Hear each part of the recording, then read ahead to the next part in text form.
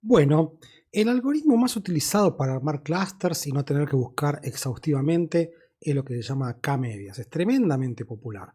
Piensa en la siguiente cosa. Supongamos que como disimilitud utilizamos el cuadrado de la distancia euclidia. Entonces, la función de pérdida, lo que se llama la disimilitud within, va a tener esta forma, ¿no? Que es correspondiente a la disimilitud utilizando el cuadrado de la distancia euclidia. ¿Está bien? En donde, bueno, esto es cierto. Una cosa que es fácil de mostrar, esto no lo hagan, si alguien tiene ganas de hacerlo es bastante fácil, pero es un poquito engorroso, es que una forma alternativa de escribir esto que está acá, ¿está bien? Es esto que está acá, ¿está bien? Fíjense que la única diferencia es que acá estamos computando todas las posibles disimilitudes, y acá es como si estuviésemos computando las disimilitudes con respecto al promedio dentro del clúster, ¿está bien? Entonces, si quieren hacer esta demostración, háganla. No es tan importante, es pura álgebra, ¿no? Entonces, acá estamos con la diferencia es que acá arriba estamos computando las disimilitudes de todos los pares entre sí, y acá es como si estuviésemos computando las disimilitudes de cada una de las observaciones con respecto al centroide de cada clúster. ¿Está bien? Pero es exactamente lo mismo, algebraicamente es lo mismo. Fíjense que esto que está acá es un poco más intuitivamente para el video. ¿A qué se parece esto? ¿Está bien? Fíjense que lo que está acá adentro se parece bastante a la varianza. ¿Está bien? Dentro del clúster. Esa es la idea. Pero insisto, estas dos expresiones son perfectamente equivalentes. Si alguien tiene ganas de aburrirse haciendo la demostración, la hace y si después no le sale me pregunta. Pero no es importante que lo hagan. ¿Está bien? Entonces, fíjense que el problema es el siguiente. El encoder óptimo, ¿está bien? Es el encoder, ¿está bien? Que minimiza la disimilitud, la suma de las disimilitudes dentro de cada uno de los clusters, ¿no? Que es esto que está acá. Ahora, fíjense la siguiente cosa, que este número adentro de cada clúster tiene la siguiente propiedad, ¿está bien? Que la vimos en la primera o segunda clase, ya no me acuerdo, que es que la media muestral minimiza, es el valor que minimiza a todas las observaciones con respecto a sus centros. Si yo resuelvo este problema con respecto a m, la solución es el promedio. Entonces la media tiene esa propiedad, ya lo vimos miles de veces, de ser, por lo menos en la distancia euclidia, el valor más representativo de todos los datos. Entonces esta idea de que la media resuelve un problema de optimización sugiere lo que se llama el algoritmo de K-medias. Déjenme que se los cuente. Este es el algoritmo de K-medias.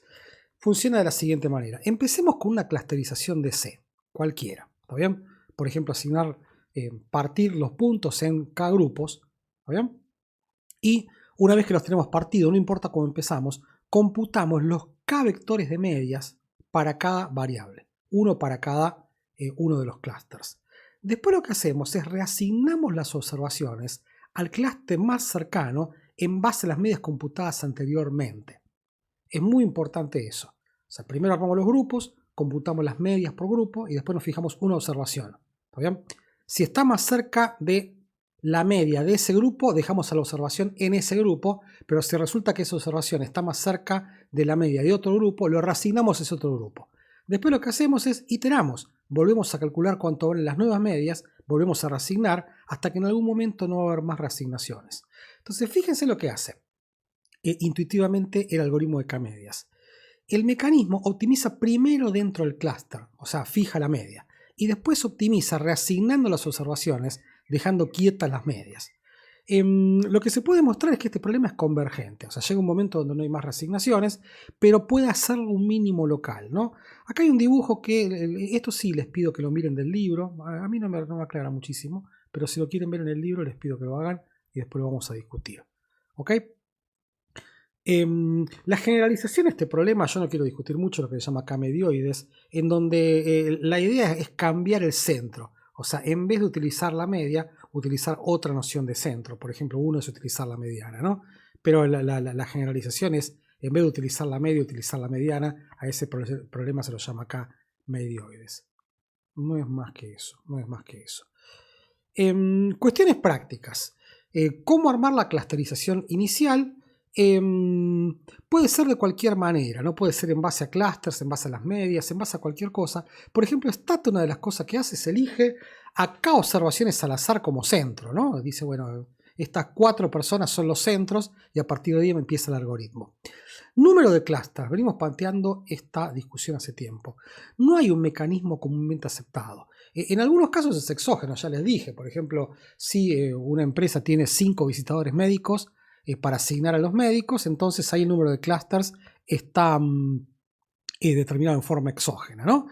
El problema en lo que se refiere a encontrar la cantidad de clústeres es el siguiente problema, que es otra forma de ver algo que ya hemos discutido en este curso, pero de otro punto de vista. Fíjense que la within dissimilarity cae con el número de clústeres. A medida que yo empiezo a agregar clústeres, la within dissimilarity tiene que caer. En el extremo, ¿cuánto da? Acá paren el video y piénsenlo. Si yo empiezo a agregar clústeres, 1, 2, 3, 4, en el extremo, ¿cuánto da? Paren el video y piénsenlo, sí, da 0. ¿Por qué? Porque en el extremo va a haber tantos clústeres como número de personas. Y acá es donde tengo que hacerles una pregunta. Fíjense que siempre que hemos visto un método hay algo que gobierna la complejidad. El número de variables en regresión, la cantidad de ramas de un árbol, el ancho de banda en los métodos no paramétricos. La pregunta que les hago es, en análisis de clúster, ¿qué cosa gobierna la complejidad? Paren el video y pregúntenselo. Bueno, ahora que pararon el video, lo que gobierna la complejidad en análisis de clústeres es justamente el número de clústeres. Entonces, cuando yo armo, fíjense cómo funciona el treosis de varianza, cuando yo armo tantos clústeres como datos hay en la muestra, cada persona me queda dentro de un clúster, entonces la within dissimilarity dentro de ese clúster es trivialmente 0, porque la distancia entre uno y uno mismo es 0. Entonces, en definitiva, fíjense que el problema es trivial. Si el objetivo fuese minimizar la within dissimilarity, la idea es armar tantos clústeres como observaciones hay. El K óptimo se corresponde con un quiebre en el dibujo WC. ¿Qué significa esto? Yo empiezo a aumentar la cantidad de clústeres y eso hace caer la within dissimilarity. Entonces lo que se toma muchas veces como K óptimo es cuando es que cae más rápido. Una forma de pensar este problema, que esta no es una discusión cerrada, pero para nada, ¿no? Es lo que se llama gap statistic, de vuelta asociado al nombre de Tibshirani, en donde lo que hacen ellos es computar una variación de la curva WC, que es el logaritmo, para los datos actuales, con la curva que ocurriría utilizando una especie de pseudodatos que están forzados a estar uniformemente distribuidos en el hiperrectángulo que contiene los datos actuales. ¿Está bien? Fíjense que cuando los datos están uniformemente distribuidos en un hiperrectángulo que contiene los datos originales, es porque no hay clústeres. Hay un clúster solo, hay un megaclúster. Entonces, en definitiva, en ese caso, ninguna clusterización debería funcionar.